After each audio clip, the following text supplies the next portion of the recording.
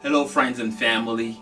I just wanted to take this opportunity to first say thank you. Thank you so much to every one of you guys who have been supporting this initiative from the beginning. Those that support annually as well as those that support monthly. You have helped us in keeping the mentoring going. Way before the pandemic, we were able to hang out and help some of our young people that comes from broken neighborhood, broken home, who really need support, additional support. And we had quite a few volunteers from different churches supporting in that capacity. But we also wanted to take this opportunity to kind of give you an update on the project that we started in the Congo. One of the things that we need to realize is 2020 has brought us a lot of surprises, and that's the reason why this event that we were planning for this year will be canceled. We're not going to be meeting for our annual event at all. But I want you to have the information of the work that you have been able to support. The clinic went from one-story building last year, 2019, when I visited the Congo, to a three-story building because of your support. And so I will tell you a lot more about where we are right now and some of the work that still needs to be done. But I also wanted to update you. A couple months ago, I sent out an email to all of you guys to let you guys know that we have lost one of our board members, a good friend of mine, a brother of mine who has supported me like you have no idea. And so I wanted you to know a lot more about him, that you had the opportunity to do so. An email doesn't really tell you everything about him. That's why I wanted you to hear from his brother himself. And so take the time to listen to his brother, Dr. Edwin Yamoa, who's going to tell us a little bit about Dr. Edward Yamoa that we lost and that we miss so much. And you will understand the legacy that he left behind and the responsibility that we have to continue that legacy. Hi, my name is Edwin Yamoa. I'm here today to talk to you about my brother, Edward Yamoa, Dr. Edward Yamoa. Unfortunately, my brother passed December 11, 2019, but he lived an awesome life, a great life, and I'll share a few things in summary about the great things he did.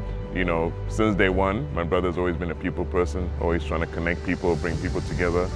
And when he came to the U.S. in '95 to start his studies, he was a science and math advisor in the advisement center. He advised me and a lot of our friends. Many of us made it through undergrad, made it through grad school, and many of us, have him to thank for guiding us, for, just reminding us of, the different things we had to do to be successful. Move on through medical school. He was a guiding light as well. I encouraged myself and many others to go into the healthcare field, and actually brought myself and others also to Fresno, where he did most of his practice. As an anesthesiologist, he provided care in the Fresno County area, in Los Angeles at some point, and also in Houston, Texas area as well. Edward was involved in many different things. He volunteered at a hospital in Ghana. He supported different clinics, different activities, hosted a Bible study that we all, even to today, continue to attend on Tuesday nights. So, my brother was very people-centered person, as I said, loved the Word of God, loved the Lord, and, his whole life and everything he did was about the gospel, was about caring for people and making people better. Today, we have a foundation that's formed in honor of him, the Edward H. Yamoa Memorial Foundation. And the goal of this foundation is to continue along the path that he has started, funding the various things that he was about, distributing Bibles, supporting clinics, scholarships, and all those kind of things that he was about. So at edwardyamoa.com, You can find more information about that to donate. So I thank you for listening, and I hope you can join us in supporting all the causes that it would have. Thank you so much. You know now about Dr. Eddie Yamoa and how much he loved God and how much he loved people. We want to carry on in providing Bibles just like he has done so many times. One of the things we also going to do is we're going to put a plate with his name at the clinic in the Congo, because he's among those that have supported tremendously this vision. And our decision to have his plate is to allow people to remember his story. A plate with his name and a plate with his picture. We will also provide a plate for each and every one of you guys who have been supporting in the thousands inside the lobby of the clinic, so that as soon as you walk in, you can actually see those that have donated and those that made this clinic to be a reality for everyone. So again, thank you so much. Our objective now is to completely finish the first floor. And this will take us $30,000 in order to finish completely the first floor. The reason why we want to finish completely the first floor is because MMI, the organization that is providing the medical equipment, Medical Ministry International, they are ready to send the container. And we know that we are not going to be able to finish everything, but at least we want to be able to start working and helping people using the first floor. And so I have also today one of the representatives of MMI to share with us a little bit about what they are doing and how close they are to send the container. I'm Tom Stokel, and this is Medical Ministries International. In 1998, my wife and I founded Medical Ministries International. The reason we founded this was that we had had the opportunity to travel overseas, and we saw the great need that is in various countries throughout the world. When I say great need, I mean they are desperate. They have nothing to work with.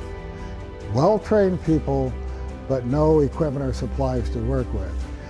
And we knew that here in the United States, we had an excess of everything, that we throw so many things into the landfill because we have so much of it. So MMI was formed to be a conduit to take the excess from here in the United States, pass it through, sort through it, make sure it's proper for use overseas, and then send it freely to countries throughout the world. Over the last 22 years, we've had many projects that we've done in all parts of the world, in India, in Southeast Asia, and in Africa. One of the projects that we are currently involved with in Africa is to work with United for the Future in a clinic that's being built in Kinshasa. Now, Congo is not a new place for us to go. We have been there 6 different times. We have worked in the bush in Congo. We have shipped many containers.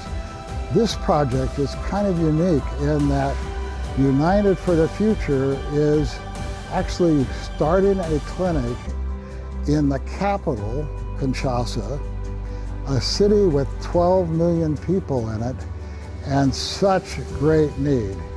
So they are putting a clinic in to serve those who cannot afford to go to any other medical resource.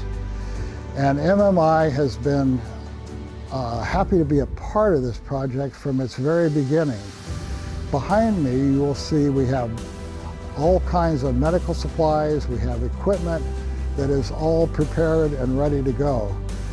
This includes ultrasound machines. It includes everything you would need to set up a basic clinic so that you can do births there and things like that to help people out. So it will have hospital beds, it will have desks, it will have lab equipment, it will have everything to get that clinic started. Now, United for the Future has set up this clinic, has built it from the ground up, and it's going to be a 3-story building. But right now, what United for the Future wants to do, and what we want to do with them as MMI, is that we want to get them this equipment and these supplies so they can open up the first floor of that clinic and start seeing patients right away. Our goal is to do this by the end of this year. What we need now is to have additional funds so that he can finish out that first floor as the container arrives, so that he can open this thing in 2021 and be ready to serve. Please join us in that project. Please come alongside United for the Future and be a part of what they're doing there. This is such a key project. Thank you. So just like you have heard, the container is ready to be sent. And so we need your support to finish the first floor. It's going to cost us about $30,000 to finish completely the first floor so that we can be able to use that space with the medical equipment that will be arriving soon as it's shipped from here. So you can support us on our website, or you can text the number that you see on the screen. In order for you to be able to donate, you can just type in the amount of money that you want to donate, and then it will give you the instruction to continue in submitting your donation. Or you can call us anytime for us to process any donation. You can also donate for this clinic by supporting MMI. If you are an MMI supporter, please go to their website or reach out to them so that you can continue to support what they are doing around the world, because it's allowing us to be able to get the container in the Congo and to be able to start with our project. Just to finish this message, I just want you to know, and I know this has been a very difficult time for all of us, but I want you to know that God is still in control. If there is one lesson that we've learned, is that we are not in control, but God is still in control, and that we need to trust Him, and we need to follow His instruction, His word, to be a blessing to every one of us. And God will always continue to bless us and to protect us.